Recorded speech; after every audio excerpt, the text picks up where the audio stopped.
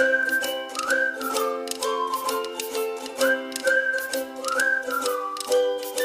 Everyone, hey guys, welcome you all there. तो आज हम लोगों का उम्मीद 220 प्लस सीरीज में टॉपिक होने वाला है कोऑर्डिनेशन कंपाउंड्स। ठीक है, I hope you all know about it, है ना। सबको पता है कि आज हम लोग कोऑर्डिनेशन कंपाउंड्स पर डिस्कशन करने वाला है। इस पे ऑलरेडी एक सेशन में ले चुकी हूँ and this is going to be the second session. ठीक है, इन दो सेशंस को मिला के आई विल मेक श्योर कि तुम्हारा कंप्लीट रिवीजन हो जाएगा। ये टॉपिक एग्जामिनेशन पर्सपेक्टिव से बहुत ही ज़रूरी है। यहाँ से 1 से 2 क्वेश्चंस आने के पूरे पूरे चांसेस हैं। 100% क्वेश्चन आएगा ही आएगा। ठीक है, तो आज का ये सेशन देख के you can gain how many marks, कितने नंबर तुम्हारे बनेंगे। अगर आज का ये क्लास तुम कवर करते हो तो how many marks you people are targeting, कितना चांस लगता है तुम्हें। Approximately 8 marks you can score. ठीक है, तो मैं ऐसे कुछ इंपॉर्टेंट टिप्स और ट्रिक्स बताऊंगी जिससे कोऑर्डिनेशन कंपाउंड बहुत ही इजी और बहुत ही अंडरस्टैंडिंग हो जाएगा। ठीक है, so all of you those who are in class 12 या जो लोग ड्रॉपर्स हैं और जेईई 2023 एग्जामिनेशन को टारगेट कर रहे हैं, guys please watch this session thoroughly, है ना। आधा अधूरा देखने से कोई लर्निंग नहीं होती है। जब अगर आपको कुछ सीखना है, अगर आपका एम है तो प्लीज़ इसको पूरा करो। And those who are newly joining me, जो लोग आज नए नए बच्चे आए हैं वो मुझे अभी के अभी इस चैनल पे सब्सक्राइब करेंगे ताकि उनको मेरे सारे अपडेट्स मिलते रहेंगे। स्टार्ट करते हैं। This was the question. आज जो मैंने तुम्हारे पास क्वेश्चन लिए हैं, इससे पहले वाला जो मैंने पार्ट 1 वाला क्लास लिया था उसमें I have taken the question from the June 22 examination. अभी आज वाले क्लास में मैं टारगेट कर रही हूँ जून 22 एग्जामिनेशंस के क्वेश्चंस को।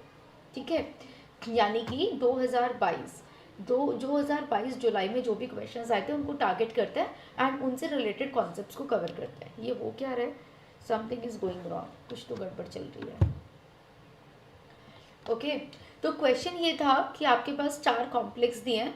The spin only magnetic moment value of the complex, spin only magnetic moment यानी कि म्यू स्पिन तुम्हें बताना है। तुम्हारे सिलेबस में ना म्यू स्पिन ही है, तो अगर म्यू स्पिन को देखकर ना घबराया मत करो, क्योंकि जो ऑर्बिटल मोमेंटम जो हमारा होता है, ऑर्बिटल मोशन का स्पिन मैग्नेटिक मोमेंट आपके सिलेबस में है भी नहीं है, स्पिन ही है, तो आपसे स्पिन ही पूछा जाएगा। Value of the complex that absorbs light with the shortest wavelength is Bhoj magnetic, यानी कि जो भी एक ऐसा पर्टिकुलर कॉम्प्लेक्स है जो एब्जॉर्ब करेगा light of shortest wavelength, okay, उसका मैग्नेटिक मोमेंट बताओ। मतलब क्वेश्चन क्या कह रहा है, ठीक है, मैग्नेटिक मोमेंट बताओ। किसका बताओ, उस पर्टिकुलर कॉम्प्लेक्स का। कौन सा कॉम्प्लेक्स, जो कि लाइट एब्जॉर्ब करता है, जो कि लाइट एब्जॉर्ब करता है of shortest wavelength, shortest wavelength. I hope मैं हाइड नहीं कर रही हूँ। ठीक है, तो इस कॉन्सेप्ट को हम लोग यहाँ पे समझने की कोशिश करते हैं। तो पहले कॉन्सेप्ट समझाऊंगी, उसके बाद हम लोग आगे बढ़ेंगे। ठीक है, ये कॉन्सेप्ट मैंने अपने पिछले सेशन में कवर नहीं किया था, तो इसलिए मुझे आज इसे कवर करना है। तो होता क्या है कि जब भी आपका कोई कॉम्प्लेक्स होता है, you know that you have a complex जिसमें मेटल होता है, लीगेंड होता है, कोई पर्टिकुलर ऑक्सीडेशन स्टेट होती है। ठीक है, तो हमारे पास ना देयर आर 4 थिंग्स, हमारे पास 4 चीज़ें होती हैं। पहला होता है ऑक्सीडेशन स्टेट। ऑक्सीडेशन स्टेट, कई बार क्वेश्चन ऐसा आएगा जिसमें आपकी ऑक्सीडेशन स्टेट बढ़ रही होती है, +3 +4 +5 +6 जा रही होती है ना, यानी कि ऑक्सीडेशन स्टेट बढ़ रही होती है। तो हमारा जो स्प्लिटिंग पैटर्न होता है, I am talking about the octahedral complexes, मैं ऑक्टाहेड्रल कॉम्प्लेक्सेस की बात कर रही हूँ। ये कुछ इंपॉर्टेंट शॉर्ट नोट्स और शॉर्ट ट्रिक्स हैं, इनको नोट कर लेना। तो क्या होता है, आपका डेल्टा ओ जो होता है, स्प्लिटिंग जो होती है वो बढ़ती है। दूसरा होता है कि आपका वैल्यू ऑफ एन, है ना, यानी कि principal quantum number. What does this mean, principal quantum number. जैसे कि हमारे पास होता है 3D 4D 5D, है ना, यानी कि मेरा जो मेटल लाइन है वो किसी भी पर्टिकुलर सीरीज का हो सकता है, whether it this could B of 3D series या 4D सीरीज या 5D सीरीज। तो जैसे जैसे तुम्हारे एन की वैल्यू बढ़ेगी तुम्हारा डेल्टा ओ भी बढ़ेगा। ठीक है, ये दूसरी बात। तीसरा हमारा एक फैक्टर होता है, that is the nature of ligand, यानी कि नेचर ऑफ लीगेंड, लीगेंड का नेचर कैसा है, जिसके लिए हमें स्पेक्ट्रोकेमिकल सीरीज पढ़ाई जाती है। तो अगर लीगेंड का नेचर बढ़ता है, यानी कि उसकी strength of nature of the ligand, strength अगर उसकी बढ़ती है, ठीक है, तो यानी कि आपका डेल्टा ओ बढ़ता है, ठीक है, डेल्टा ओ बढ़ रहा है। अब एक लास्ट आता है number of D electrons, number of D electrons, यानी कि what is this said, number of D electrons का मतलब हुआ मेरे पास D1 हो सकता है, D2 हो सकता है, D3 हो सकता है, D5 हो सकता है, D7 हो सकता है, कोई भी D हो सकता है ना मेरे पास, 3D1 3D2 3D3, मतलब कोई भी any number of D electrons. तो जब आपके नंबर ऑफ डी इलेक्ट्रॉन्स बढ़ते हैं, नंबर ऑफ डी इलेक्ट्रॉन्स आपके जब बढ़ते हैं तो आपका डेल्टा ओ कम होता है, ठीक है। क्या तुम इतना सा नोट कर सकते हो? Can you make this particular chart? यहाँ पे आपका डेल्टा ओ बढ़ रहा था, यहाँ आपका delta O was increasing, here also your delta O was increasing, but only in this particular case your delta O is decreasing, बाकी सबके केस में बढ़ रहा था। तो डेल्टा ओ होता क्या है, जब भी आपके पास कोई ऑक्टाहेड्रल कॉम्प्लेक्स बनेगा तो उसमें एक स्प्लिटिंग पैटर्न होता है, यानी कि 3 का और 2 का, है ना। तो यानी कि delta O is basically this energy gap, ठीक है। तो ये आपका डेल्टा ओ इंक्रीज या डिक्रीज होता है ना। तो we are talking about this particular delta O, इस एनर्जी गैप की हम लोग बात कर रहे हैं, बढ़ेगा या घटेगा, ठीक है। This delta O is basically this splitting energy, है ना, is directly proportional to E, ये हमारा डायरेक्टली स्प्लिटिंग एनर्जी, यानी कि ये ई के डायरेक्टली प्रोपोर्शनल होता है, मेरी बात समझना। यानी कि कौन सी energy, this is energy absorbed, यहाँ पे लिखो जरा एनर्जी एब्जॉर्ब्ड, यानी कि अगर ये स्प्लिटिंग बढ़ रही है तो यानी कि more energy is getting absorbed, ठीक है, समझ आया। तो यहाँ पे होता है तुम्हारा T2G एंड ये होता है तुम्हारा EG, तो यानी कि एनर्जी एब्जॉर्ब्ड। तो यानी कि अगर आपका delta O is directly proportional to E is directly proportional to HC upon lambda, ठीक है। यानी कि अगर तुम्हारा डेल्टा ओ बढ़ता है तो तुम्हारा एनर्जी बढ़ता है और तुम्हारा वेवलेंथ, वेवलेंथ क्या हो गया, या फिर is directly proportional to H nu, तो यह तुम्हारा न्यू भी बढ़ता है लेकिन तुम्हारा लेमडा घटता है, समझ आया। क्योंकि ये न्यू के डायरेक्टली प्रोपोर्शनल होता है लेकिन लेमडा के इनवर्सली प्रोपोर्शनल होता है, और ये एनर्जी कौन सी है, एब्जॉर्ब्ड, एनर्जी एब्जॉर्ब्ड, ठीक है। चलो, अगर हमें इतनी बात समझ में आ गई है तो we can do E2G, E2G किसने लिखा है, मैंने तो EG लिखा है, T2G एंड EG, ठीक है। अब यहाँ पे देखते हैं, यहाँ पे when we are talking about a complex, तो देख रहे हो तुम, देखो CO ही है, यहाँ पे भी CO है which is in +3 oxidation state, यहाँ पे भी आपके पास CO है और इसका ऑक्सीडेशन स्टेट निकालोगे तो +3 ही आएगा, यहाँ पे भी CO को ऑक्सीडेशन स्टेट निकालोगे तो +3 आएगा, यहाँ पे भी CO और निकालोगे तो CO भी +3 ही है। तो यानी कि मेरा ऑक्सीडेशन स्टेट तो सब में सेम है, ठीक है। जब ऑक्सीडेशन स्टेट सब में सेम है तो जब आप इसका इलेक्ट्रॉनिक कॉन्फ़िगरेशन लिखोगे कोबाल्ट का विच इज़ 27, तो वो आएगा तुम्हारा कुछ कुछ 3D6, तो यानी कि सबके केस में n का वैल्यू भी सेम है, देख रहे हो जरा ध्यान से, सबके केस में ऑक्सीडेशन स्टेट सेम है, ऑक्सीडेशन स्टेट दोबारा तुम्हारा एन का वैल्यू और तुम्हारे डी इलेक्ट्रॉन्स, यानी कि ये तो सब सेम है, तो इन तीनों के बेसिस पे तो कोई कंपैरिजन हो ही नहीं सकता, तो ये तीनों फैक्टर्स तो हो गए कैंसिल। अब कौन सा फैक्टर लगेगा यहाँ पे, लीगेंड का नेचर, यानी कि स्ट्रेंथ ऑफ लीगेंड।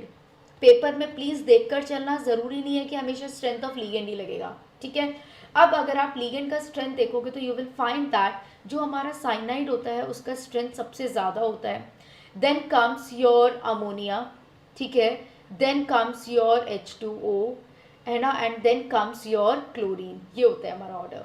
तो जिसका स्ट्रेंथ सबसे ज़्यादा है उसका डेल्टा ओ सबसे ज़्यादा होगा, है ना। तो अगर स्ट्रेंथ बढ़ रही है तो यानी कि तुम्हारा डेल्टा ओ भी ऐसे ऐसे करके जा रहे हो तो बढ़ रहा है, सबसे ज़्यादा है, तो डेल्टा ओ सबसे ज़्यादा है, तो यानी कि क्या होगा, न्यू सबसे ज़्यादा होगा। मैंने क्या बोला, if the strength is increasing, अगर लीगेंड का स्ट्रेंथ बढ़ रहा है तो डेल्टा ओ बढ़ रहा है, डेल्टा ओ बढ़ रहा है तो न्यू बढ़ रहा है, लेकिन लेमडा घट रहा है। तो सबसे छोटा वेवलेंथ किसका है, the shortest wavelength is of the ligand which is strongest ligand, यानी कि ये वाला लीगेंड आया, एग्री, साइनाइड। तो यानी कि साइनाइड के केस में डेल्टा ओ सबसे ज़्यादा होगा तो वेवलेंथ सबसे कम होगी, क्योंकि हमने देखा था delta O and wavelength are inversely proportional, right. तो यहाँ पे अगर मेरा लीगेंड सबसे ज़्यादा स्ट्रॉन्ग है तो उसका डेल्टा ओ सबसे ज़्यादा होगा और उसकी वेवलेंथ सबसे कम होगी, तो शॉर्टेस्ट वेवलेंथ। अब इसका मैग्नेटिक मोमेंट बता दो, बस इतना सा क्वेश्चन था।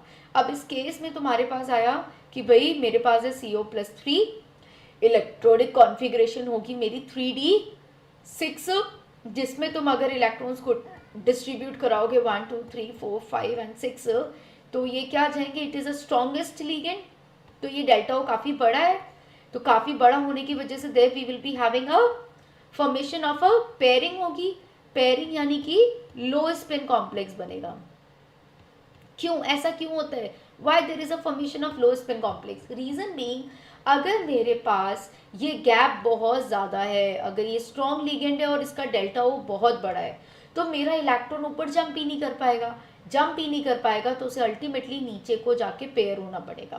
तो क्या हमारे पास कोई अनपेयर्ड इलेक्ट्रॉन है, नहीं, तो यहाँ पे आप बोलोगे number of unpaired electron is equals to zero.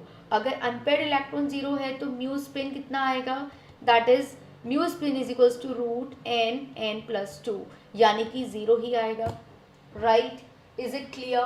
तो बहुत ही अच्छा क्वेश्चन था ये, इसमें बहुत सारी लर्निंग छुपी हुई थी। ठीक है, मैं आपको बता रही हूँ, गारंटेडली बच्चे ना हमेशा लीगेंड को देखते हैं बट ऑक्सीडेशन स्टेट और प्रिंसिपल क्वांटम नंबर को नहीं देखते हैं।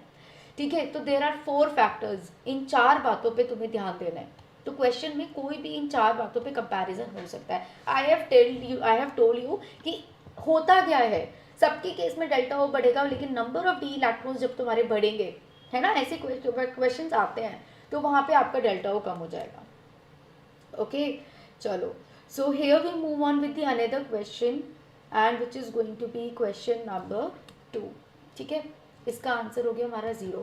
प्लीज लाइक द सेशन अगर तुम्हें समझ में आ गया है क्वेश्चन नंबर 1, तो प्लीज जल्दी से बताओ। उज्जवल, फर्स्ट लास्ट स्टेप में यही हो रहा है कि मैंने, देखो आपको ये समझ में आ गया आपका कौन सा कॉम्प्लेक्स होगा, उसका मैग्नेटिक मोमेंट निकालना है। उसका मैग्नेटिक मोमेंट कैसे निकलेगा, आप देखोगे कि इलेक्ट्रॉन्स कैसे डिस्ट्रीब्यूटेड है। You have to see the number of unpaired electrons, right, आपको नंबर ऑफ अनपेयर्ड इलेक्ट्रॉन्स देखने हैं। अब आपने कहा यार ये डेल्टा हो तो बहुत ज़्यादा था, ये डेल्टा हो यानी कि ये जो डेल्टा हो गैप था ये बहुत ज़्यादा था, इलेक्ट्रॉन मेरा जंप ही नहीं कर पाया, तो वो अल्टीमेटली स्पिन कर रहे हैं लो एनर्जी लेवल्स में।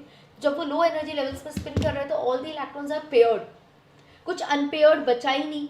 अगर अनपेयर्ड हमारा 0 है तो मैग्नेटिक मूवमेंट तो नंबर ऑफ अनपेयर्ड इलेक्ट्रॉन्स पर डिपेंड करता है। This is the formula, I hope everybody of you know this formula. मैं एक काम करती हूँ, मैं थोड़ा साइड होती हूँ, देखो अभी देख लो, and once you are done please do let me know कि मैम हो गया, आ गया, कोई दिक्कत? Clear, very good. रुद्रनाथ समझ आ रहा है ना? चलो मैं आगे मूव कर रही हूँ, अब इसका आंसर तुम मुझे दोगे।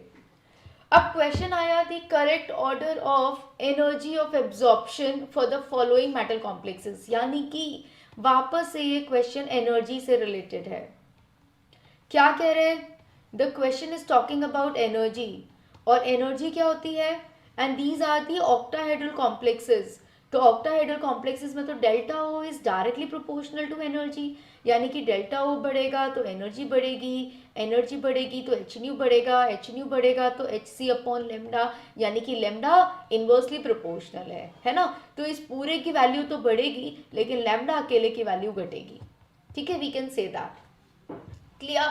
अब देखो, जब आपने इस क्वेश्चन को देखा तो यहाँ पे निकेल के 3 कॉम्प्लेक्सेस हैं, ये सेम कॉन्सेप्ट पर है। ठीक है, निकेल +2, यहाँ पे भी निकेल का +2 ही है और यहाँ पे भी निकेल का +2 ही है। अगर निकेल का +2 ही कॉम्प्लेक्स है तो यानी कि ऑक्सीडेशन स्टेट सेम हो गई, ऑक्सीडेशन स्टेट सेम हो गई। इस पे आंसर नहीं निकाल सकते। तुम्हारा नंबर ऑफ ये भी हमारा 3D ऑर्बिटल ही है सब में, इससे आंसर नहीं निकाल सकते। डी इलेक्ट्रॉन सबके सेम ही होंगे क्योंकि सब में Ni+2 है, तो यानी कि D8 ही आएगा, 3D8 ही आएगा, सब तीनों का सेम है, इस पे आंसर नहीं निकाल सकते। आंसर निकलेगा स्ट्रेंथ ऑफ लीगेंड पे, यानी कि आप लीगेंड पे आंसर निकालोगे। लीगेंड है आपका En, H2O और अमोनिया, जिसमें से H2O वीकेस्ट होता है, देन अमोनिया होता है, देन En होता है। आ रहा है समझ में? ठीक है, तो आपका अगर लीगेंड का स्ट्रेंथ बढ़ता है, ठीक है, यानी कि स्ट्रेंथ ऑफ लीगेंड मेरा बढ़ता है, स्ट्रेंथ ऑफ लीगेंड मेरा बढ़ता है तो डेल्टा ओ बढ़ता है, डेल्टा ओ बढ़ता है तो एनर्जी का एब्जॉर्प्शन बढ़ता है, एनर्जी का एब्जॉर्प्शन बढ़ता है, they are directly proportional to each other. So as per this what is your answer, सबसे ज़्यादा एनर्जी का एब्जॉर्प्शन कौन करेगा, क्योंकि हमें पता है ऑर्डर था En से पहले अमोनिया और अमोनिया से पहले water. So what is your answer, A सबसे ज़्यादा होगा, फिर अमोनिया यानी कि बी, और फिर C. Answer is option number A. Any doubt? आ गया सबको? तो एनर्जी से related questions are quite simple, इनको छोड़ना मत। ओके, क्वेश्चन नंबर 2 का आंसर ए। तो 25 जुलाई को सुबह और शाम में दोनों में एक क्वेश्चन आया था जो एनर्जी से रिलेटेड था, ठीक है, 2 शिफ्ट्स में।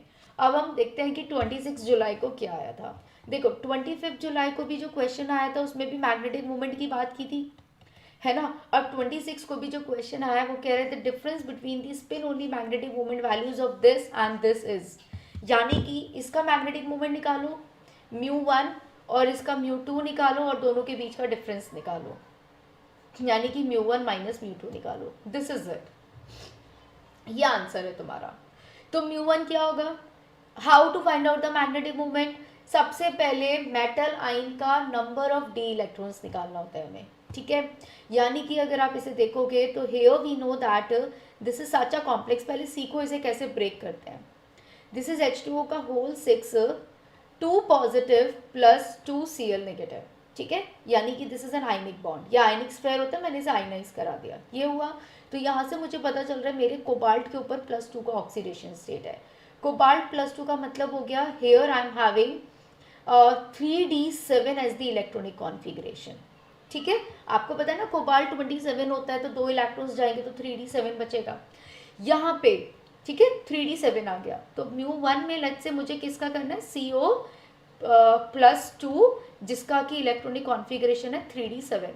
μ2 मेरे को क्या दिख रहा है, this is a chromium which is also like this is Cr H2O का whole 6 and this is plus का 3 एंड यहाँ पे हो जाएगा 3 Cl negative. Here my chromium is having +3 oxidation state, और क्रोमियम +3 यानी कि पता है क्रोमियम +3 क्या इलेक्ट्रॉनिक कॉन्फिगरेशन क्या होता है, 3d4s1 3d5, यानी कि 3 इलेक्ट्रॉन्स निकलेंगे तो 3d3 आया।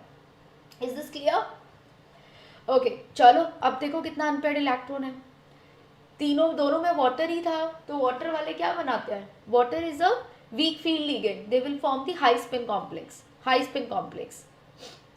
we will be having the high spin complex in both the cases. Why? Because water का जो स्ट्रेंथ ऑफ द लिगेंड है वो कम है, वीक लिगेंड है। तो अगर ये हमारा वीक लिगेंड है तो क्या होगा, डेल्टा ओ कम हो जाएगा। तो इलेक्ट्रॉन जंप मार लेगा तो वो हाई स्पिन कॉम्प्लेक्स बनाएगा। देखें जरा क्या बनेगा D7 में 1 2 3 4 5 6 और 7, ठीक है। यहाँ पे क्या आएगा 1 2 3, number of unpaired electrons are 1 2 3, number of unpaired electrons are 3। जब नंबर ऑफ अनपेयर्ड इलेक्ट्रॉन्स 3 है तो दोनों का मैग्नेटिक मोमेंट सेम नहीं आएगा। So what is your answer? क्या difference in the magnetic moment यार, दोनों का number of unpaired electrons are 3 और 3 के लिए म्यू स्पिन क्या निकलेगा, √n+2 निकाल भी लोगे कि मैम हमने यहाँ पे 3+2 कर दिया, 3 और 2 5 5 3 जब 15 √15 आ गया, तो इसका √15 आएगा तो इसका भी तो √15 ही आएगा, तो दोनों में सब्ट्रैक्शन करोगे तो it is going to be 0। बिल्कुल, the answer is 0। Very nice, कितना सिंपल क्वेश्चन था। ओके तो जितने ज़्यादा, अब एक और थंब रूल को इस बात को समझो, this is also a thumb rule, मैं तुम्हें बता देती हूँ। Mu spin is only in your syllabus, इसका फॉर्मूला होता है √n+2, ठीक है। और यहाँ पे जो n होता है, n is the number of unpaired electrons. और एक और बहुत अच्छा कॉन्सेप्ट तुम्हें बताती हूँ, that is the concept number 2 related to magnetic moment. जैसे जैसे आपके n का वैल्यू बढ़ेगा, यानी कि नंबर ऑफ अनपेयर्ड इलेक्ट्रॉन्स बढ़ेंगे, ठीक है, आपका मैग्नेटिक मोमेंट भी बढ़ेगा। ओके, ऑलवेज अब एक और ख़ास बात, अगर मैंने बोला कि मेरे n की वैल्यू 1 है, ठीक है, तो आप क्या करोगे, 1 प्लस 2 करोगे, which comes out to be root का 3। अगर मैंने बोला आपको n इज इक्वल्स टू 2 है, तो आप क्या करोगे, 2 प्लस 2 यानी कि 4, 2 और 2 4, 2 जा 8 यानी कि रूट 8। मैंने बोला n इज इक्वल्स टू 3, तो आप क्या करोगे, 3 प्लस 2 यानी कि 3 प्लस 2 5, 3 जा 15, रूट 15 करोगे। n इज इक्वल्स टू 4, तो क्या करोगे, 4 प्लस 2 यानी कि 4 प्लस 2 6, 4 जा 24 करोगे आप, रूट 24। और n इज इक्वल्स टू 5, तो क्या हुआ आपका, 5 प्लस 2 यानी कि 7, 5 जा 35 यानी कि रूट 35 करोगे। ठीक है, अब जल्दी से एक चीज़ देखते हैं, रूट 3 को क्या समझा जाए। रूट 3 आपको इट्स वेरी डिफिकल्ट मैम, क्या वैल्यू होती है मुझे समझ ही नहीं आ रहा। जब भी बोर्ड में क्वेश्चन आता है तो बच्चे आधा क्वेश्चन करके छोड़ देते हैं and they don't give the clear value, है ना। या अरे यार, it's very simple, root 3 is approximately is equals to root 4, root 8 is almost is equals to root 9, root 15 is equals to root 16। ये 24 वाला रूट 25 के बहुत क्लोज है और रूट 35 वाला 36 के बहुत क्लोज है। इसका मतलब इसका आंसर 2 से कम आना चाहिए, यानी कि लेस देन 2 आना चाहिए। इसका आंसर लेस देन 3 आना चाहिए, इसका आंसर लेस देन 4 आना चाहिए, इसका आंसर लेस देन 5 आना चाहिए, इसका आंसर लेस देन 6 आना चाहिए। आ रहा है समझ में। तो ये कितना हो जाता है, लगभग 1.732 हो जाता है। ये लगभग 2.89 समथिंग मैंने बोल दिया। ये लगभग 3.39 या 3.97 समथिंग तुम कुछ बोल देते हो। मतलब 3 के रेस्पेक्ट में कोई वैल्यू आएगी। अगर इफ इट इज़ अगर कुछ MCQ टाइप से तो तुम इसे निकाल सकते हो 3.87 समथिंग करके। यहाँ पे यानी कि लेस देन 5 यानी कि 4 पॉइंट समथिंग करके कुछ वैल्यू आएगी, यानी कि 4 पॉइंट वट एवर यू से, मतलब एग्जैक्टली नहीं पता मुझे, 4.9 समथिंग कुछ आ गई। 6 है तो ये तुम्हारा 5.8 समथिंग कुछ आ गया। ठीक है, यानी कि इट्स वेरी क्लोज। अब देखना जरा एक चीज़, 1 था तो 1.732 आया, 2 था तो 2.89 आया, 3 था तो 3 पॉइंट समथिंग है, 4 है तो 4 पॉइंट समथिंग है, 5 है तो 5 पॉइंट समथिंग है, राइट, एग्जैक्टली। तो this is the way how you have to do. इतना मारा मारी नहीं है कि मैम मेरे को रूट की वैल्यूज नहीं निकल रही, मैं आंसर कैसे दूँ। ठीक है, please make sure that you give your answer correctly. So here the answer for the question is 0। आगे चलते हैं। The metal complexes that is diamagnetic, यानी कि ऐसा कौन सा कॉम्प्लेक्स है जो कि डायमैग्नेटिक है। ठीक है, what do you mean by paramagnetic और डायमैग्नेटिक की एक डेफिनेशन क्या हो सकती है। ज़्यादातर तुम्हारे सिलेबस में ऑक्टाहेड्रल कॉम्प्लेक्सेस ही पूछे जाते हैं। ठीक है, डायमैग्नेटिक, अगर आपके पास कोई अनपेयर्ड इलेक्ट्रॉन्स बच रहे हैं, अनपेयर्ड इलेक्ट्रॉन्स का कॉन्सेप्ट है, तो आप उसे पैरामैग्नेटिक बोल दो। ठीक है, और अगर आपके पास प्योर इलेक्ट्रॉन्स हैं, if you are having the pure electrons, तो आपका वो डायमैग्नेटिक हो गया। ठीक है, आया ये दोनों पॉइंट्स का समझ में। ओके, बस इतना आपको देखना है। अब the metal complexes that is diamagnetic, ये देखो अच्छा, इन्होंने ऑक्टाहेड्रल नहीं दिया, इन्होंने this is the octahedral complex. अब ध्यान से देखो, ये तुम्हारा टेट्रा, मतलब this is a coordination number 4 है, तो this could be the tetrahedral और this could be the square planar complex. अब थोड़ा सा फिगर आउट करो कि तुम्हारे पास मेटल आयन का ऑक्सीडेशन स्टेट क्या है। Okay, this is going to be is equals to, आप कैसे करोगे, ए वाला मेरे लिए हो गया 3K पॉजिटिव और साथ ही साथ CuCN का whole 4 3 negative, x -4 is equals to -3, x is equals to 4 -3 यानी कि +1, कॉपर +1 में है। ठीक है, ऑप्शन नंबर बी में मेरे पास दिया हुआ था 2K पॉजिटिव एंड CuCN का होल 4 2 नेगेटिव, तो यानी कि x -4 is equals to -2, x is equals to 4 -2 यानी कि प्लस का 2। तो यहाँ पे मेरे पास है कॉपर +2 में। ठीक है, ये कॉपर +1 में है, ये कॉपर +2 में है। ऑप्शन नंबर सी में मेरे पास है 3K positive and this is FeCN का whole 4 and this is 3 negative, x -4 is equals to minus का 3x is equals two plus का 1, यानी कि एफ ई है आपके +1 में। ओके, यहाँ पे देखोगे तो 4k पॉजिटिव और FeCl6 4 नेगेटिव। ठीक है, कितना आएगा x -6 is equals to -4, x is equals to 6 -4 यानी कि प्लस का 2। तो आपके पास 4 कॉम्प्लेक्सेस हैं, कॉपर +1, कॉपर +2, Fe+1 और Fe+2। These are the 4 complexes that you have. Difference क्या है, ये तुम्हारा कोई टेट्राहेड्रल टाइप्स कॉम्प्लेक्स है, ये तुम्हारा ऑक्टाहेड्रल टाइप्स कॉम्प्लेक्स है, ये कॉपर के क्या हो सकता है, ये टेट्राहेड्रल टाइप्स कॉम्प्लेक्स हो गए। अब जरा एक बार देखो, they are the strong field ligands, ये स्ट्रॉन्ग फील्ड लिगेंड्स भी हैं। तो जब तुम्हारे पास टेट्राहेड्रल कॉम्प्लेक्स होता है तो उसमें हाई स्पिन लो स्पिन का कॉन्सेप्ट होता है क्या? जल्दी से करके देखें, व्हाट इज योर आंसर? आ गया क्या? ए आंसर है, वेरी नाइस। क्यों? क्योंकि हमें पता है कॉपर का एटॉमिक नंबर 29 होता है and this is helium neon argon, this is 4s1 3d10, यानी कि ये होता है 3d10 4s1 इलेक्ट्रॉनिक कॉन्फ़िगरेशन। तो कॉपर +1 हो जाता है, एक इलेक्ट्रॉन यहाँ से निकाला तो ma'am there is 3d10 electrons. तो यानी कि कोई भी कॉम्प्लेक्स बना लो मैम, है तो 3d10 ही। यहाँ पे ये तुम्हारा 3d9, यहाँ पे Fe क्या होता है तुम्हारा 3d6 और 4s1 ये होता है, और Fe+2 में कितना होता है, यानी कि 3d6 होता है। और 3d6 यहाँ तो ये क्लोरीन है, यानी कि it is going to be the high spin complex, तो फिर तो हो ही जाएगा। सब में अनपेयर्ड इलेक्ट्रॉन्स हैं, but here the electrons are totally paired. Answer is A, definitely A is the right answer. Oxidation state निकालना सही से है, समझ आ रहा है? अगर हमने ऑक्सीडेशन स्टेट को गलत कर दिया तो पूरा क्वेश्चन गलत है, फिर तुम कितनी भी कॉन्फ़िगरेशन लिख लेना, कितना भी सही से क्वेश्चन लगा लेना, सब गड़बड़ है। ठीक है, always ionize a molecule and then try to figure out. और आपको पता है ऑक्सीडेशन स्टेट निकालने में ये इसके इक्वल हो जाता है।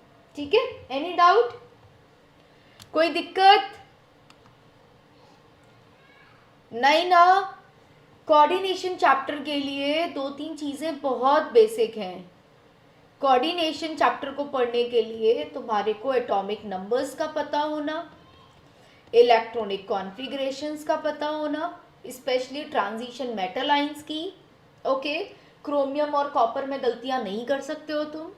और उसके बाद तुम्हारे को ऑक्सीडेशन स्टेट्स निकालना, और ऑक्सीडेशन स्टेट के लिए जब हमने लॉस ऑफ इलेक्ट्रॉन करना होता है, इलेक्ट्रॉन्स को निकालना होता है, तो कहाँ से निकालते हैं? डी से कि एस से? तो लास्ट शेल से हमें इलेक्ट्रॉन्स को निकालना होता है। That is the most important thing. तो कोऑर्डिनेशन चैप्टर डिफिकल्ट नहीं है। जिन लोगों को एटॉमिक नंबर, इलेक्ट्रॉनिक कॉन्फ़िगरेशन और ऑक्सीडेशन स्टेट ही गड़बड़ होती रहती है, उनके लिए चैप्टर डिफिकल्ट है।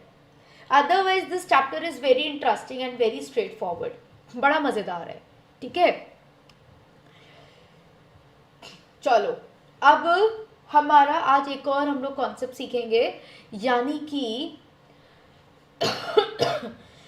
कि ये प्राइमरी वैलेंसी और ये सेकेंडरी वैलेंसी क्या चीज़ होती है। कितने लोगों को पता है? अच्छा, which theory they are working about, they are talking about? Primary valency secondary valency की कहाँ पे बात होती है? यानी कि we are talking about the Werner's theory. ठीक है, and this is going to be the concept number 4।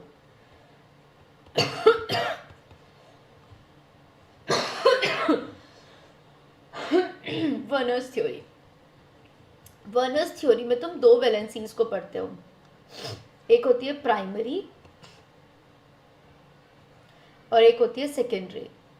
कुछ इंपॉर्टेंट पॉइंट्स जो तुम्हें 1 मिनट के अंदर अंदर तुम समझ सकते हो, उस पर हम लोग बात करेंगे। यहाँ पे इन्होंने कॉम्प्लेक्स दिया COCl3NH3 का होल 4। ठीक है, यानी कि COCl3NH3 का होल 4।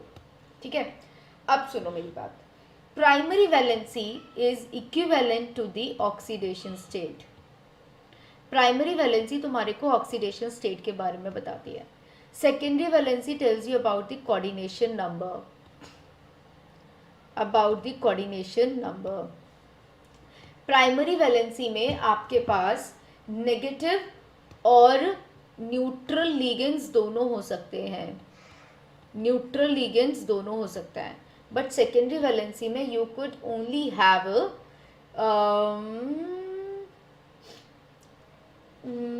सेकेंडरी वैलेंसी में आपके पास, यहाँ पे प्राइमरी वैलेंसी में आपके पास नेगेटिव और न्यूट्रल, नेगेटिव लिगेंड्स हो सकते हैं, नॉट न्यूट्रल। ठीक करो जरा, नेगेटिव लिगेंड्स हो सकते हैं, ठीक है, ओनली नेगेटिव लिगेंड्स हो सकते हैं, नेगेटिव लिगेंड्स हो सकते हैं। सेकेंडरी वैलेंसी में आपके पास न्यूट्रल और नेगेटिव लिगेंड्स हो सकते हैं, ठीक है। आया बात समझ में। तीसरा पॉइंट आपका है कि प्राइमरी वैलेंसी को हम लोग डॉटेड लाइन से शो करते हैं, यानी कि डॉटेड लाइन से शो करते हैं, यानी कि दिस इज आयनाइजेबल, यानी कि ये आयनाइजेबल होती है, ओके। लेकिन जो सेकेंडरी वैलेंसी होती है इसको हम सॉलिड लाइन से शो करते हैं, सॉलिड लाइन से शो करते हैं, and that is non ionizable. आया बात समझ में, नॉन आयनाइजेबल। इतने पॉइंट्स तुम लोग समझ रहे हो, ठीक है। मैंने कोई बहुत ज़्यादा बातें नहीं की हैं, बहुत सिंपल सी बातें की हैं, बस ये बोला है कि प्राइमरी वैलेंसी को क्या बोलते हैं, सेकेंडरी वैलेंसी को क्या बोलते हैं। अब देखो मैं तुम्हें एक बस सिंपल सा लॉजिक बताती हूँ कि इसका एक एग्जाम्पल ले लेते हैं, एक एग्जाम्पल ले लेते हैं। अगर मेरे पास ये कॉम्प्लेक्स है, ठीक है, अब देखो बोला क्या हुआ था, the conductivity of a solution of a complex with formula this corresponds to 1:1 electrolyte, then the primary valency of the central metal ion is, यानी कि अगर मैं इस फॉर्मूले में 1:1 का कॉम्प्लेक्स बनाऊं, corresponds to 1:1 का इलेक्ट्रोलाइट, यानी कि समझना मेरी बात, यानी कि इन्होंने कहा कि अगर हम कोई कॉम्प्लेक्स बनाएंगे तो मैं बाहर, अब देखो कोऑर्डिनेशन नंबर मैक्सिमम कितना हो सकता है, 6 हो सकता है, तो यानी कि मैं यहाँ पे अमोनिया तो मुझे चारों के चारों लेनी पड़ेंगे, इट्स न्यूट्रल, और न्यूट्रल सिर्फ और सिर्फ सेकेंडरी वैलेंसी में जा सकता है, तो यानी कि ये सिर्फ सॉलिड लाइन बना सकता है। तो यानी कि कॉपर के साथ मेरे को कंपल्सरीली क्या हुआ कि मुझे अमोनिया लेना पड़ेगा। अमोनिया मैंने ले ही लिया, अमोनिया और अमोनिया मैंने सॉलिड लाइन से शो किया। अब जो प्राइमरी वैलेंसी होती है इसको हम लोग डॉटेड लाइन से शो कर सकते हैं, यानी कि अब देखो, अब मेरे पास 3 क्लोरीन है, ठीक है, जिसमें से 2 क्लोरीन तो बनाएंगे सॉलिड लाइंस और 1 क्लोरीन बनाएगा dotted line. So what does this mean, इसका मतलब ये हुआ कि तुम्हारा जो कोबाल्ट है उसमें आपका जो नेगेटिव लिगेंड है वो क्या कर रहा है, प्राइमरी वैलेंसी बना रहा है। तो यानी कि ये जो डॉटेड वाली लाइन थी, ये वाला क्लोरीन मेरा क्या बना रहा है, ये मेरा प्राइमरी वैलेंसी बना रहा है, प्राइमरी वैलेंसी बना रहा है, ठीक है, जिसे मैंने डॉटेड लाइन से शो किया, एंड दिस इज आयनाइजेबल। तो अगर मैं इस कॉम्प्लेक्स को लिखूंगी तो I will be writing as this and this. इसका मतलब क्या हुआ, CONH का होल 4 Cl2 एंड Cl, कि ये मेरे क्या कर रहे हैं, they are responsible for the secondary valency and this chlorine is responsible for the primary valency, क्योंकि ये आयनाइजेबल है, नेगेटिव लिगेंड है, and this is responsible for the oxidation state, ये हमारे ऑक्सीडेशन स्टेट के लिए रिस्पॉन्सिबल होते हैं, ठीक है। और जबकि सेकेंडरी वैलेंसी में कोऑर्डिनेशन नंबर, तो ये जो भी सॉलिड लाइन से शो हो रहे थे ये कोऑर्डिनेशन नंबर के लिए रिस्पॉन्सिबल है, which is equals to 6 here, ठीक है। ये न्यूट्रल और नेगेटिव लिगेंड सब बना सकते हैं, and this is a solid line which is non ionizable. आया समझ में, ठीक है। तो यहाँ पे अगर आप इसकी प्राइमरी वैलेंसी देखोगे तो कितनी आ रही है, प्राइमरी वैलेंसी इस मॉलिक्यूल की कितनी आ रही है, जरा फाइंड आउट करो, find out the oxidation state. तो आपने जब इसे आयनाइज कराया तो आया CONH3 का whole 4 Cl2 positive and Cl negative. इसको करोगे तो x + 0 - 2 इज इक्वल्स टू +1, तो x इज इक्वल्स टू 2 और 1 3 +3, यानी कि कोबाल्ट पर +3 ऑक्सीडेशन स्टेट है, तो इसकी प्राइमरी वैलेंसी इज 3, मतलब 3 कह सकते हो, सेकेंडरी वैलेंसी इज 6, ये है, दिस इज द आंसर। अब आपसे पूछा गया थी conductivity of a solution complex gives, अब देखो what does this mean, what do mean by 1:1 electrolyte. मैं बात बताती हूँ, अगर आपने बोला कि मैंने CONH3 का होल 4 Cl2 और Cl लिया है, तो आप जब इसका एक्वस सोल्यूशन लोगे और इसको आयनाइज करोगे तो ये क्या देगा आपको, ये देगा आपको CONH3 का whole 4 Cl2 positive plus Cl negative. तो यानी कि आपको जो कैटाइन और एनाइन मिल रहे हैं ये 1:1 में मिल रहे हैं। ओके, आया समझ में? यानी कि मुझे यहाँ पे जो मतलब corresponds to the 1:1 electrolyte. Electrolyte क्या होती है? Electrolyte is something that ionizes, है ना, और जहाँ पे फिर वो कंडक्शन कराएगी। तो यहाँ पे कंडक्शन किसकी वजह से होगा? तो conductivity is directly proportional to conductance is directly proportional to number of ions. तो यहाँ पे नंबर ऑफ आयंस कितने हैं? 2। यहाँ पे नंबर ऑफ आयंस 2 है, दैट इज इन 1:1 में आपकी ब्रेक डाउन हो रही है। समझ आया? अब क्वेश्चन ने कहा कि इस तरह का कॉम्प्लेक्स जिसकी जो आपको 1:1 का इलेक्ट्रोलाइट दे रहा है उसकी प्राइमरी वैलेंसी क्या होगी? प्राइमरी वैलेंसी यानी कि the question is asking me about the oxidation state क्या होगी। तो मेरा ऑक्सीडेशन स्टेट यहाँ पे क्या आ रहा है? बहुत सिंपल है, मेरे को आंसर मेरा पहले आ गया था विच इज +3। ठीक है, तो यानी कि +3 इज द आंसर। क्लियर हुआ?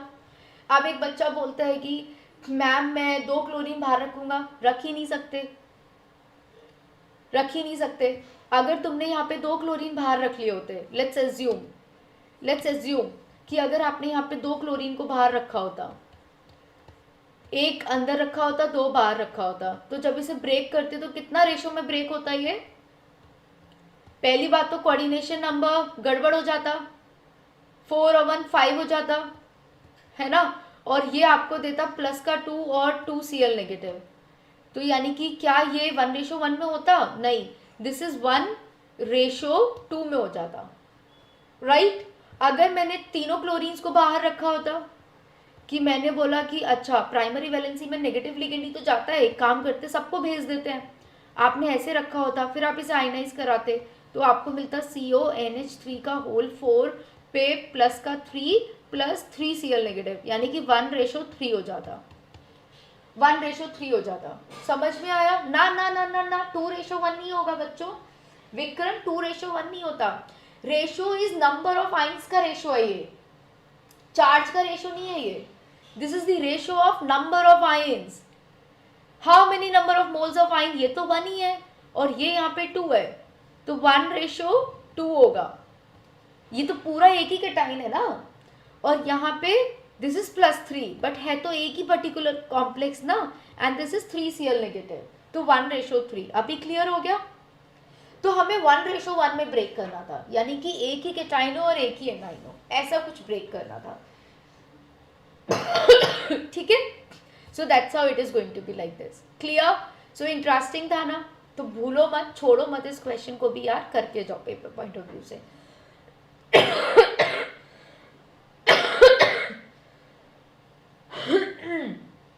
डॉटेड लाइन से शो करने का मतलब यही है कि वो आयनाइज हो जाएगा। नाउ ये question, low oxidation state of metal in the complexes are common when ligands. कैसे होते हैं? देखो, आपने कहा मेरा कोई मेटल है, यहाँ पे कोई लिगेंड मैंने लगाया, ठीक है, और उसके ऊपर कोई ऑक्सीडेशन स्टेट आ रहा है।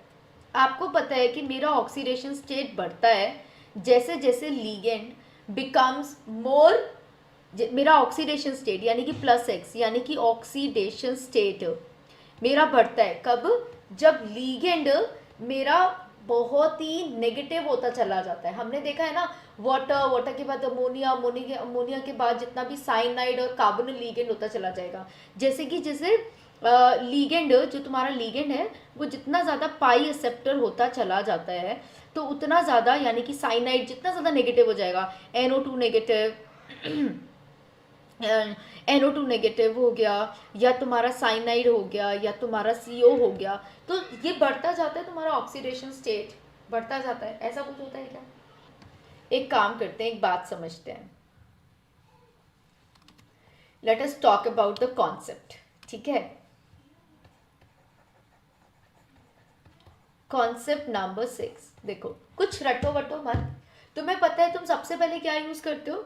सबसे पहले आता है तुम्हारा फ्लोरीन। मैम फ्लोरीन आता है, फ्लोरीन आता है, क्लोरीन आता है, ब्रोमीन आता है ना, सारे के सारे हेलोजेंस आते हैं, SCN आता है, ठीक है। और तुम्हारा बहुत सारे कंपाउंड्स आते हैं। फिर तुम्हारा वाटर आ जाता है, वाटर के बाद हम थोड़ा थोड़ा चलते हैं तो अमोनिया आ जाता है, अमोनिया के बाद थोड़ा चलते हैं तो EN आ जाता है, EN के बाद मैं मेन कंपाउंड्स ले रही हूँ, ऑक्जेलेट आ जाता है, ऑक्जेलेट के बाद आप चलते हो तो इथाइल विथाइल फिनाइल विनाइल ये सब आ जाता है, यानी कि फिनाइल वगैरह लीगेंस आ जाता है। एंड देन आफ्टर आप और चलते हो तो साइनाइड आ जाता है, नाइट्रोसिल आ जाता है, कार्बन मोनोऑक्साइड आता है, ये सारे कंपाउंड्स आ जाते हैं, ठीक है। तो यानी कि क्या हो रहा है, आपका लीगेंड का स्ट्रेंथ बढ़ रहा है ना, आपके लीगेंड का strength of the ligand, strength of ligand बढ़ रही है, ठीक है। आपको सारे याद करने की जरूरत नहीं है, बट मेन तो याद कर सकते हो, ये कॉन्सेप्ट ज़्यादा नहीं आता, मैं बताती हूँ, ठीक है। स्ट्रेंथ ऑफ लीगेंड आपका बढ़ रहा है। अब आप एक बात बताओ, आपकी जो मेटल होता है उसमें जो ऑक्सीडेशन स्टेट होता है वो किसकी वजह से होता है। लेट्स से मैंने ये L6 ले लिया, ठीक है, कुछ भी ले लिया, जितना ज़्यादा यहाँ पे नेगेटिव लीगेंस आएंगे, जैसे कि Cl नेगेटिव आएगा, Br नेगेटिव आएगा, SCl नेगेटिव आएगा, जितना ज़्यादा नेगेटिव लीगेंड आता है ना, उतना ज़्यादा यहाँ पे ऑक्सीडेशन स्टेट बढ़ता चला जाता है। यू एग्री, है ना।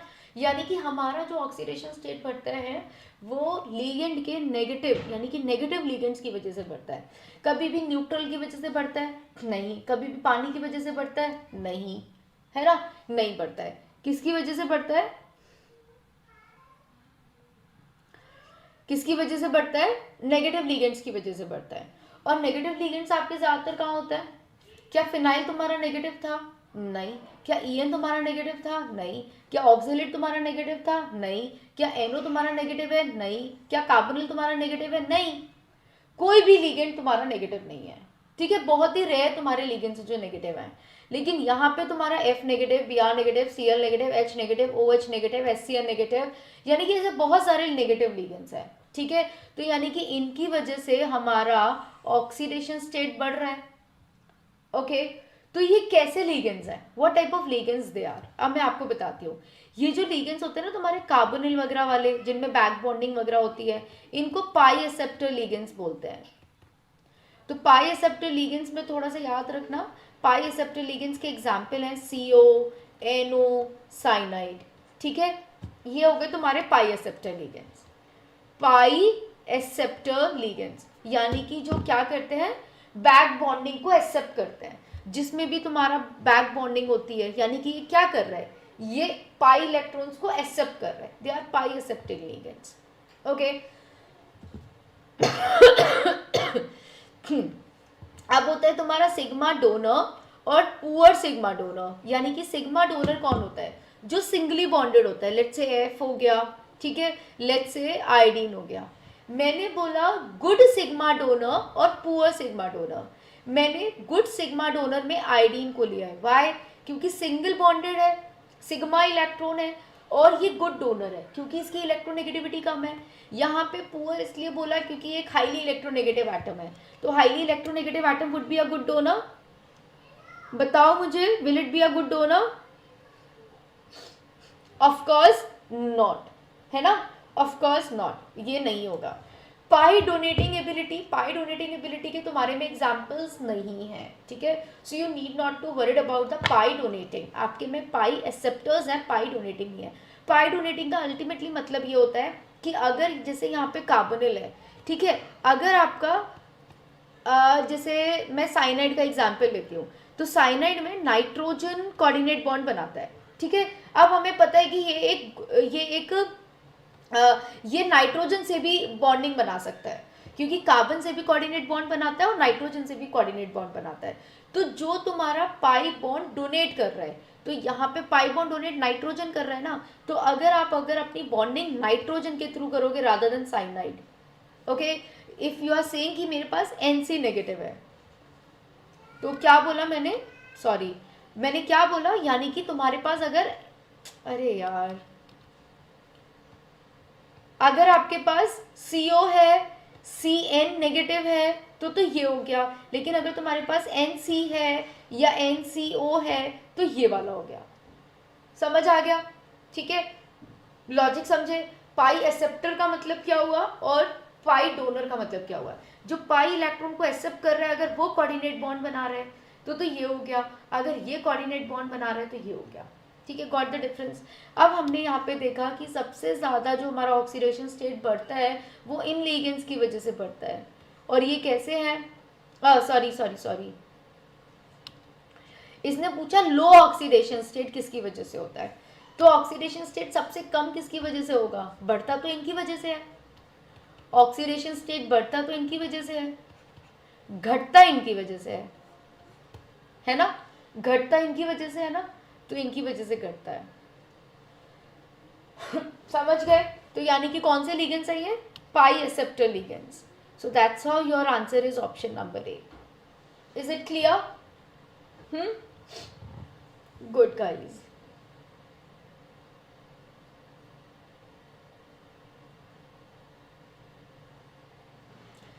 चलो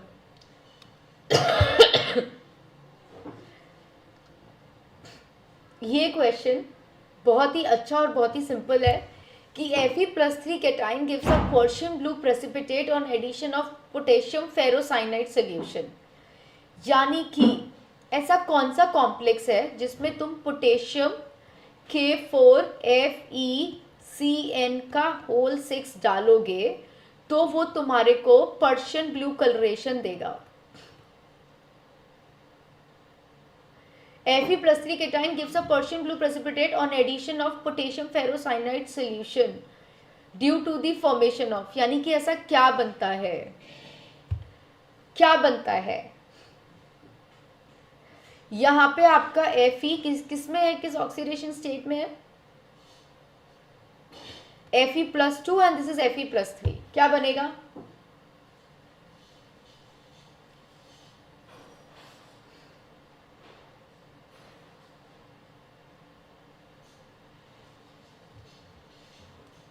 विक्रम कह रहा है मैम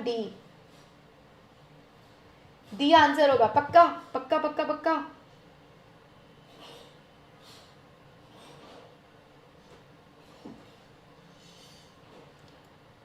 पक्का।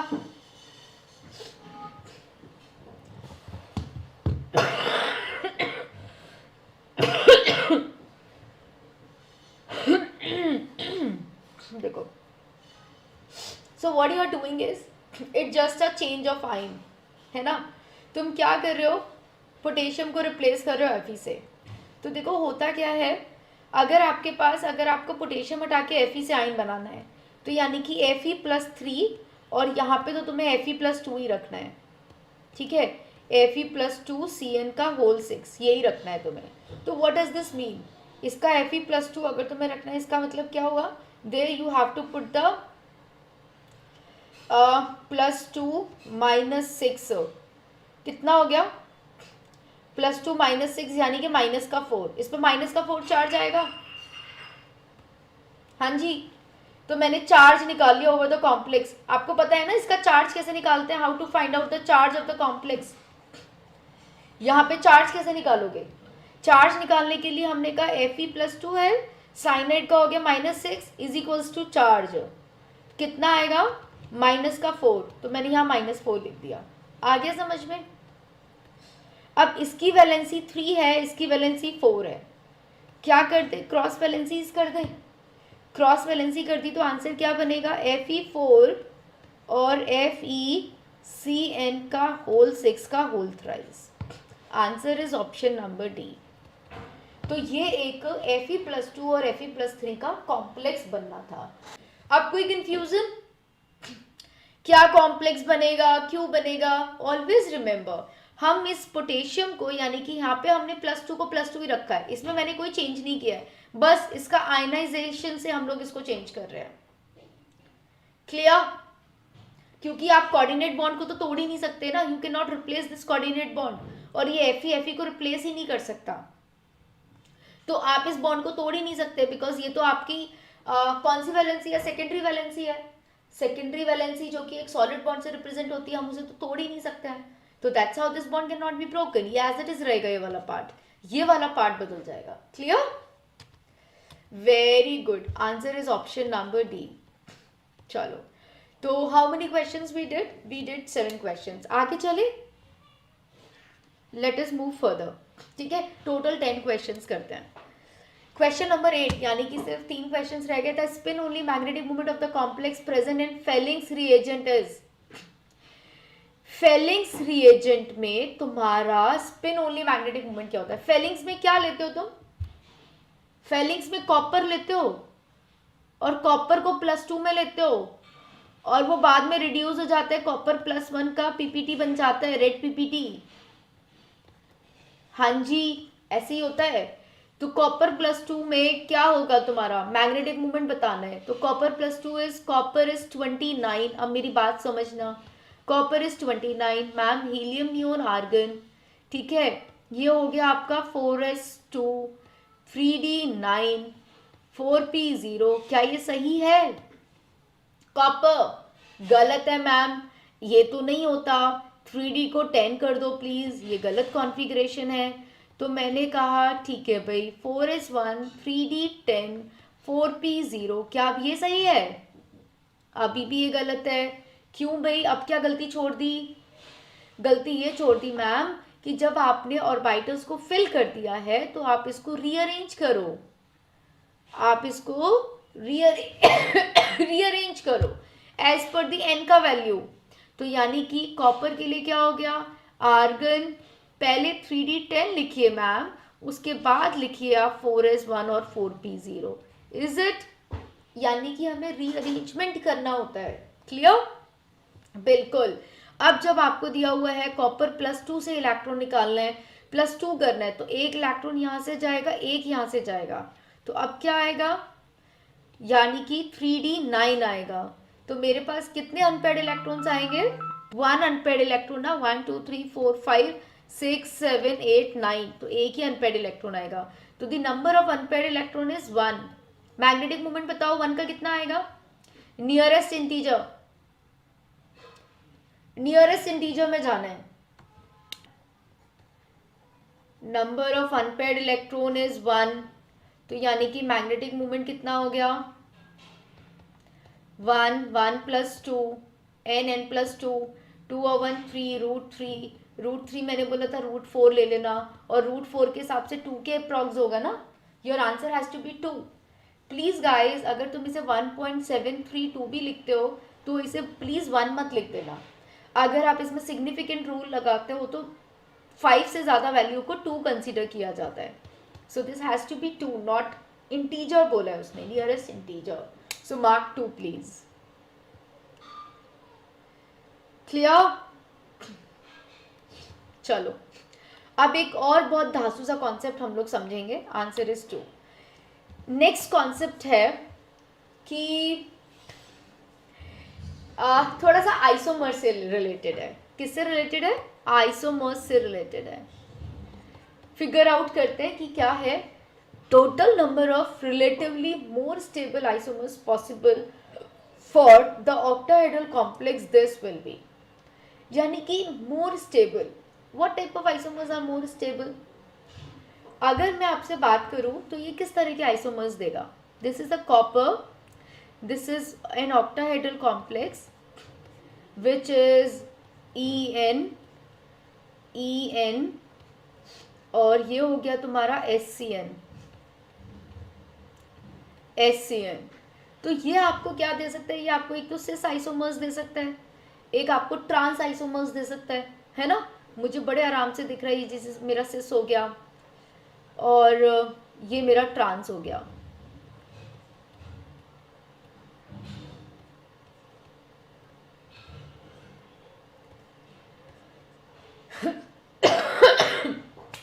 तो कौन से आइसोमर्स ज़्यादा स्टेबल होते हैं? सिस वाले ज़्यादा स्टेबल होते हैं या ट्रांस वाले ज़्यादा स्टेबल होते हैं? आइसोमर्स। और आइसोमर्स का मतलब है कि सिर्फ और सिर्फ सिस और ट्रांस नहीं। देखो स्ट्रक्चरल आइसोमर्स तो मैं बना नहीं सकती, यहाँ पे स्ट्रक्चरल आइसोमर्स तो बन नहीं सकते, यहाँ पे स्टीरियो आइसोमर्स बन सकते हैं। और स्टीरियो आइसोमर्स भी 2 तरह के होते हैं, ज्योमेट्रिकल होते हैं और ऑप्टिकल होते हैं। और इन्होंने, महाशय जी ने बात की है स्टेबिलिटी की, तो ज्योमेट्रिकल होते हैं सिस और ट्रांस। तो कौन से वाले ज़्यादा स्टेबल होते हैं? ट्रांस वाले मैम मोर स्टेबल होते हैं। ठीक है, तो पहले इसमें से ट्रांस वाला बताओ। ट्रांस वाला ये हो गया, तो यानी कि ये this is my answer.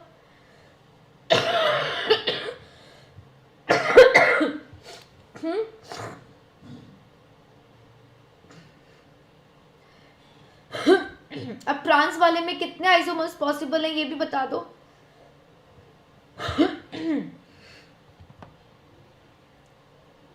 Trans तो हो गया, तो यार आंसर विल बी 1. अब इसके पॉसिबल आइसोमर्स बनाओ.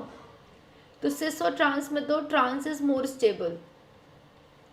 अब इसके पॉसिबल आइसोमर्स बनाओ.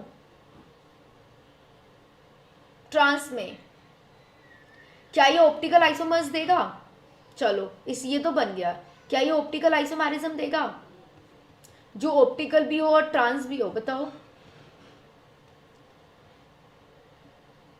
Plane of symmetry present.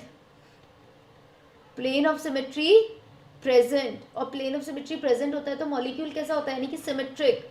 और सिमेट्रिक का मतलब क्या हुआ? सिमेट्रिक का मतलब हुआ ऑप्टिकली इनएक्टिव.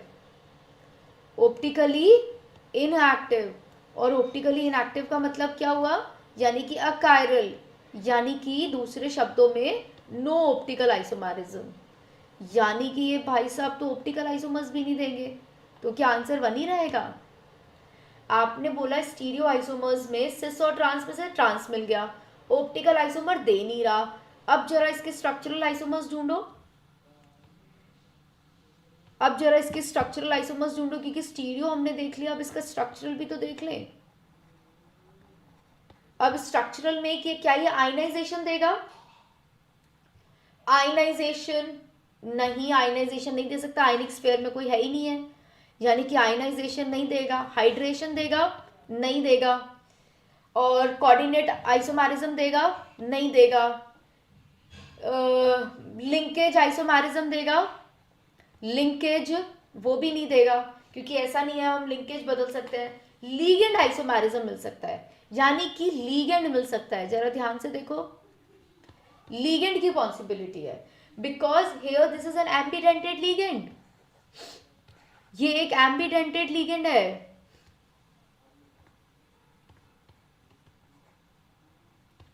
राइट?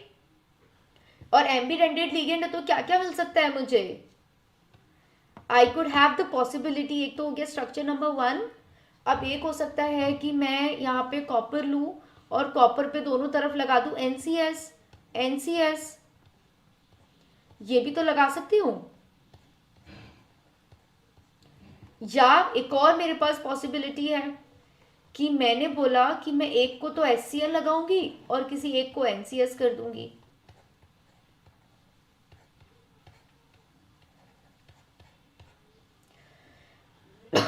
तो total 3. What is the right answer? The right answer is 3. Okay, तो याद रखो. Again, let's say this is a concept number 9.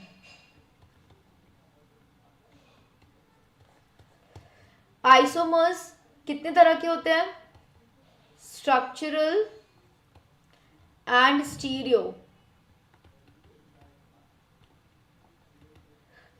Structural में तुम्हें 5 ध्यान रखने हैं. कौन से 5? First is ionization. उसके लिए 2 स्पेस का होना बहुत जरूरी है. कोई कैटाइन है तो कुछ एनाइन होना चाहिए. एक होता है तुम्हारा हाइड्रेशन. उसके लिए कॉम्प्लेक्स के बाहर H2O होना बहुत जरूरी है.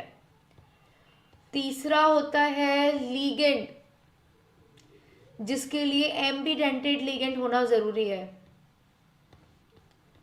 एम्बिडेंटेड लीगेंड जैसे कि CN NC या तुम्हारा SCN NCS टाइप्स. चौथा होता है कोऑर्डिनेट.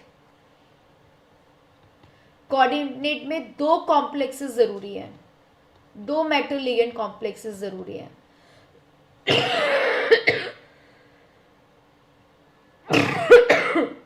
I am sorry. और एक कौन सा रह गया? 1 इज लिंकेज. लिंकेज का मतलब हो गया आपने जैसे कि कार्बन कार्बन कार्बन पे यहाँ पे 2 पे NH2 लगा दिया, या तुमने इस कार्बन कार्बन यहाँ पे NH2 और यहाँ पे NH2 लगा दिया, दिस इज लिंकेज।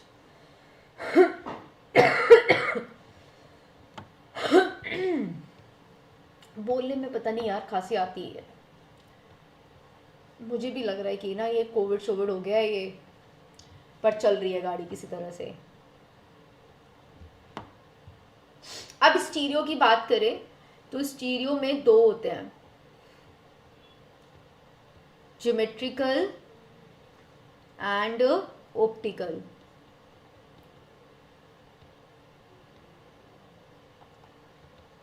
ओके मैं कुछ बहुत इंपॉर्टेंट बताने वाली हूँ, उसको मिस मत करना, हाइड्रेशन है ना।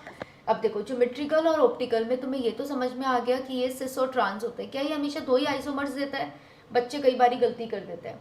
सिस और ट्रांस, सिस को फेशियल भी बोलते हैं और ट्रांस को मेरिडोनियल भी बोलते हैं।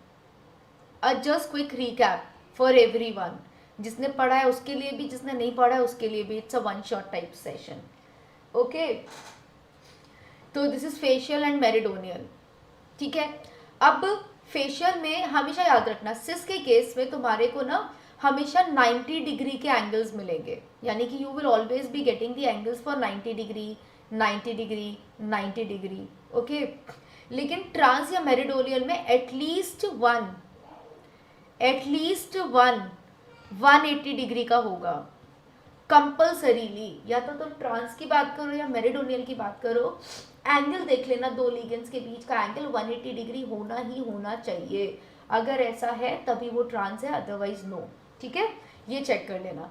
एक और जो एक कॉम्प्लेक्स आता है और बच्चे हमेशा उसे गलती करते हैं कि अगर मैंने आपको एक ऐसा कॉम्प्लेक्स दिया जिसमें लेट्स से यहाँ पे है अमोनिया, यहाँ पे है पिरिडीन, यहाँ पे है क्लोरीन और यहाँ पे है फिनाइल। अब मुझे बताओ ये कितने आइसोमर्स देगा? How many geometrical isomers this will show? बच्चे ज़्यादातर इसे गलती करते हैं, that's why I am telling you this example. ये पेपर पॉइंट ऑफ व्यू से बहुत इंपॉर्टेंट एग्जाम्पल है, जल्दी बताओ मुझे। बच्चे बोलते हैं मैम ज्योमेट्रिकल आइसोमरिज्म इज 0, जो कि हो जाता है पेपर पॉइंट ऑफ व्यू से गलत, और ये क्वेश्चन कई बार जेईई में रिपीट होता है। आपको ऐसे केस में क्या करना है, नॉट नेसेसरीली अगर कोई भी लिगेंड सेम नहीं है तो ज्योमेट्रिकल आइसोमरिज्म होगा ही नहीं, होगा। कीप वन फिक्स, यानी कि किसी एक को फिक्स कर लो। लेट्स से मैंने इसको फिक्स कर लिया और इसके रेस्पेक्ट में आप ट्रांस बनाते जाओ, ठीक है। इसके रेस्पेक्ट में एक बार क्लोरीन आएगा 180 डिग्री पे, एक बार 180 डिग्री पे पिरिडीन आएगा और एक बार फिनाइल आएगा। तो टोटल जो आइसोमेरिज्म हो गए, टोटल ज्योमेट्रिकल नंबर आइसोमेरिज्म हो गए इसके कितने ज्योमेट्रिकल आइसोमेरिज्म हो गए? 3 हो गए, ठीक है। तो कई बार आप लोग इस क्वेश्चन को गलत करते हो, तो प्लीज मत करना, इसीलिए मैं ये बता रही हूँ। ऑप्टिकल आइसोमेरिज्म, ऑप्टिकल आइसोमेरिज्म में बस आप देखा करो प्लेन ऑफ सिमेट्री, जैसे हम लोग ऑर्गेनिक में देखते हैं ना प्लेन ऑफ सिमेट्री, अगर मिल गई, अगर प्रेजेंट है तो यानी कि सब गड़बड़ हो गया, यानी कि एसिमेट्री होनी चाहिए। Plane of symmetry optical isomerism show करने के लिए the plane of symmetry has to be absent. यहाँ पे लिखो इट शुड बी एब्सेंट, इसको एब्सेंट होना पड़ेगा, क्योंकि जब ये एब्सेंट होगा तभी मॉलिक्यूल एसिमेट्रिक कहलाएगा, मॉलिक्यूल एसिमेट्रिक कहलाएगा, तभी वो कायरल कहलाएगा, और जब वो कायरल होगा तभी वो ऑप्टिकली एक्टिव होगा, और ऑप्टिकली एक्टिव होगा तो आपको ऑप्टिकल आइसोमर्स देगा, यानी कि आपको ऑप्टिकल आइसोमर्स मिलेंगे। ऑप्टिकल आइसोमर्स यानी कि कौन से आइसोमर्स होते हैं? जैसे कि इनेंशियोमर्स हो गए, डायस्टीरियोमर्स हो गए, मीजोमर्स हो गए, है ना, इस तरह के आइसोमर्स आपको मिलेंगे, ठीक है। तो this has to be absent, then only it is said to be symmetric and chiral and optically active. This is it, this is the funda. So कितने आंसर आए थे हमारे भी? 3 आंसर आया था। This is it. Now we are on the last question guys, और ये वाला जो क्वेश्चन है ये मैंने तुम्हें प्रीवियस सेशन जब कोऑर्डिनेशन पढ़ाया था उसमें बहुत डिस्कस किया था, ठीक है। So I believe now you people are going to give me the right answer for this question. आप लोगों ने मेरा पहला सेशन अटेंड नहीं किया है तो you are going to attend it today, okay. NS योगा होल 4, इस क्वेश्चन को तुम बड़े आराम से क्योंकि देखो question inner orbital outer orbital का है, किस थ्योरी से एक्सप्लेन करोगे इसे? विच theory you will apply? Werner crystal field या वैलेंस बॉन्ड थ्योरी? आज हमने वर्नर भी पढ़ ली, क्रिस्टल फील्ड थ्योरी भी पढ़ ली, और ये है तुम्हारी वैलेंस बॉन्ड थ्योरी। जब भी क्वेश्चन आपको इनर या आउटर ऑर्बिटल का दिख रहा है, बिना सोचे आप उसमें क्या लगाएंगे? वैलेंस बॉन्ड थ्योरी, यानी कि VBT। कॉम्प्लेक्सेस है NiCO का होल 4। कैसे करेंगे? नहीं, गलत विक्रम। इनऑर्बिटल आउटर ऑर्बिटल का कॉम्प्लेक्स का क्वेश्चन है ना, डी बाहर की डी अंदर की डी अंदर की डी बाहर, तो इनऑर्बिटल ये VBT से करेंगे। Let me tell you how, मैं बताती हूँ। आप सबसे पहले देखोगे कि निकेल आपका जीरो ऑक्सीडेशन स्टेट में है, ठीक है, nickel carbonyl complex. Nickel zero oxidation state में इसका इलेक्ट्रॉनिक कॉन्फ़िगरेशन क्या हो जाएगा? हीलियम नियोन आर्गन, बिल्कुल सही वाला बताना मुझे। दिस इज 28 एटॉमिक नंबर, यानी कि 3D8 4s2 4p0, यानी कि 3D अंदर आएगा, 4s 4p बाहर जाएंगे, पक्का।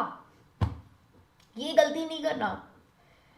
थर्ड वाला पहले अंदर रहेगा, 4 वाले बाहर रहेंगे, ऐसे ही लिखते हैं ना। This arrangement you have to take care of. अगर ऐसी बात है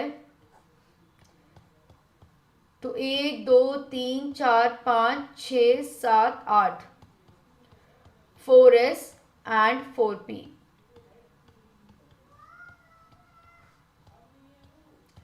अब जल्दी से देखो कि यहां पे आपके पास है कार्बोनिल CO, एक स्ट्रॉन्ग लिगेंड है।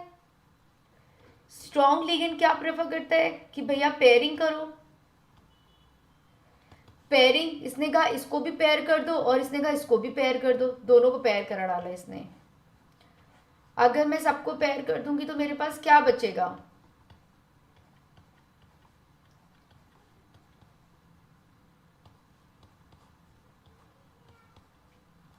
यानी कि अब कोऑर्डिनेशन कॉम्प्लेक्स ये लोग बनाएंगे। अब कार्बोनिल को जब कोऑर्डिनेट बॉन्ड बनाना होगा वो यहां बनाएगा ना।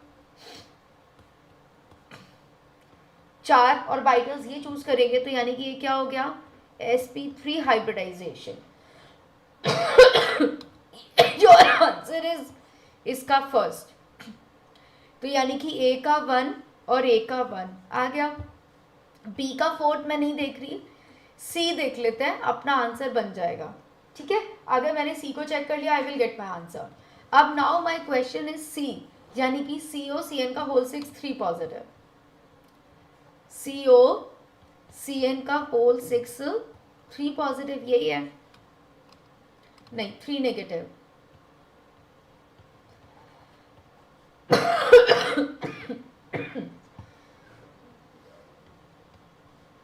x minus 6 is equals to minus 3, x is equals to 6 minus 3 is plus 3, cobalt plus 3 कितना होगा? कोबाल्ट होता है आपका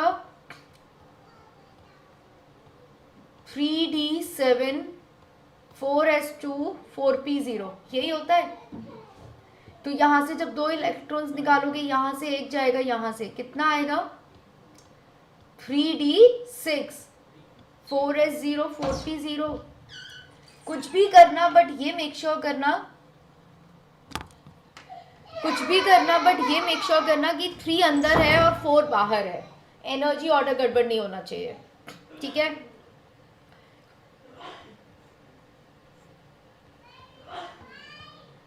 three D 1 2 3 4 5 and 6 4s 4p 0। अब आपको 6 लिगेंड्स चाहिए थे, 6 लिगेंड थे। मेरे पास 4 तो ऑर्बिटल्स हैं, 1 2 3 4, मेरे पास 2 नहीं है, तो मैं कितनों को पेयर करूंगी? 2 को ही पेयर करूंगी ना, क्योंकि मुझे 2 ही चाहिए।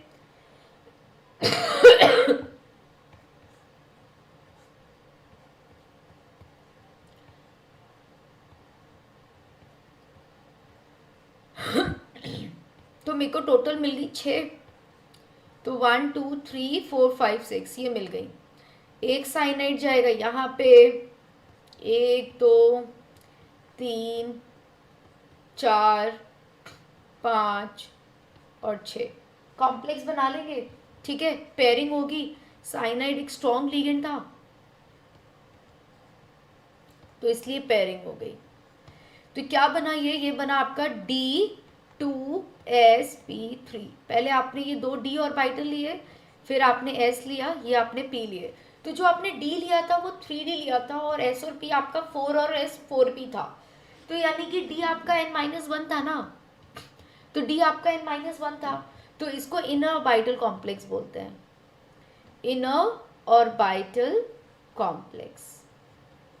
ठीक है, आंसर इज D2sp3। तो इसका आंसर आपका आया D2sp3 यानी कि C का 3। तो what is your answer? Time waste नहीं करना है, इसी तरीके से सॉल्व करना है। जबरदस्ती ऐसा नहीं करना कि मैम मैं तो सारे क्वेश्चन सॉल्व करूंगा। क्यों करूंगा, किसी एक को सॉल्व करो ना, and just eliminate the other options. Second lecture है कोऑर्डिनेट का। ठीक है, मैंने आज एक क्लास ली है, इससे पहले एक और क्लास ली हुई है। If you follow me for both the 2 lectures, तुम्हारे को कोऑर्डिनेट बहुत अच्छे से आ जाएगा। ओके, जो छोटी छोटी चीज़ें हैं ना, तुम जो पढ़कर भी मिस कर देते हो और तुम समझते नहीं हो उन्हें, वो तुम यहाँ पर समझ पाओगे। कोऑर्डिनेशन में कोई लंबी चौड़ी बात नहीं है। कोऑर्डिनेशन केमिस्ट्री का क्वेश्चन सिर्फ इस बात पर डिपेंड करता है तुम्हें एटॉमिक नंबर और इलेक्ट्रॉनिक कॉन्फ़िगरेशंस कितनी खूबसूरती से आती हैं। अगर तुम उसमें स्मार्ट हो तो तुम कोऑर्डिनेशन का हर क्वेश्चन कर सकते हो। ओके, तो just be very confident on the atomic number and their electronic configuration. Electron कहाँ पे भरा है, कहाँ से निकाला है, आयनिक स्पीशीज के इलेक्ट्रॉनिक कॉन्फ़िगरेशंस क्या होने चाहिए, इस पे बहुत अच्छे से तुम्हें पता होना चाहिए। This is the only master, मतलब अगर आपको इस टॉपिक को मास्टर करना है, इसका बस एक ही गोल्डन रूल है। क्लियर? चलो, दिस इज इट। अब देखो ये क्वेश्चन है, इसने ऑलरेडी कह दिया है कि this is an inner orbital complex. Inner orbital complex का मतलब क्या हो गया, ये आपका Fe+3 है। Fe+3 मतलब दिस इज 3d5 और ये तुम्हारा D2sp3 कॉन्फ़िगरेशन बना रहा है। ठीक है, और तुम्हें पता है कि साइनाइड एक स्ट्रॉन्ग लिगेंड है।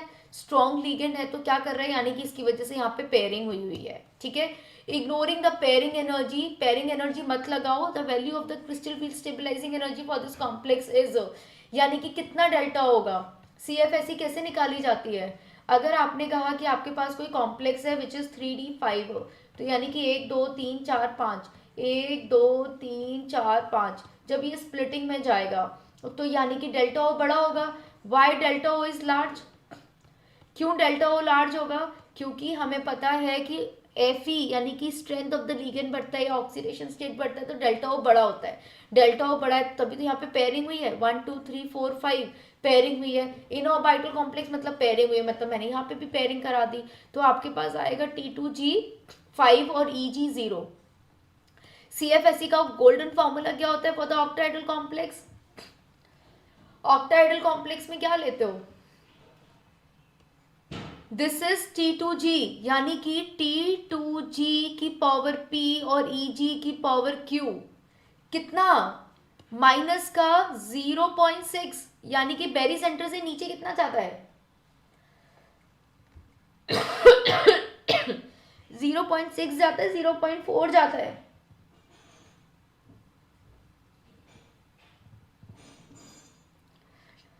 जीरो 0.6 लू, 0.4 लू, जल्दी बताओ। CFSE में तुमने गलत करवा दिया है, 0.4 और 0.6 होता है।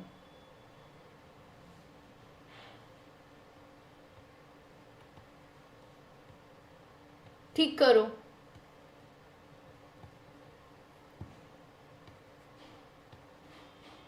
मैं भी सोच रही थी 30 तो आता ही नहीं है किसी केस में, 30 तो आता ही नहीं है। 30 can never be the answer, maximum 2.4 होता है। ओके, 3.0 होता ही नहीं है। तो 4 5 जा 20, CFSE 30 तो 3 तो कभी हो ही नहीं सकती, इट इज मैक्सिमम 2.4। ओके, याद रखना ऐसे करके हमेशा। 4 5 जा 20 यानी कि 2.0 आएगा। माइनस का, तो माइनस उन्होंने ऑलरेडी लगा रखा है, तो तुम्हें बस 2 आंसर देना है। ठीक है, clear?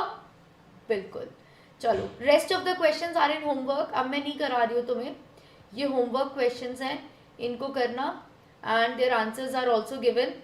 Some of the oxidation state of coordination number कैसे करोगे, कर सकते हो बड़े आराम से। ये तुम्हारा वर्नर थ्योरी से होगा, ठीक है? वर्नर थ्योरी से ऑक्सीडेशन स्टेट और कोऑर्डिनेशन नंबर दोनों निकाल लेना। This is it. तो there was a total of 13 question, जिसमें से मैंने तुम्हें 11 करा दिए, सिर्फ 2 छोड़े हैं, ठीक है? And they are in homework to you. Done guys, मजा आया आज क्लास में? मजा आया तो जल्दी से लाइक कर दो, अपने लाइक्स ठोक दो, and then we'll see you in the next class.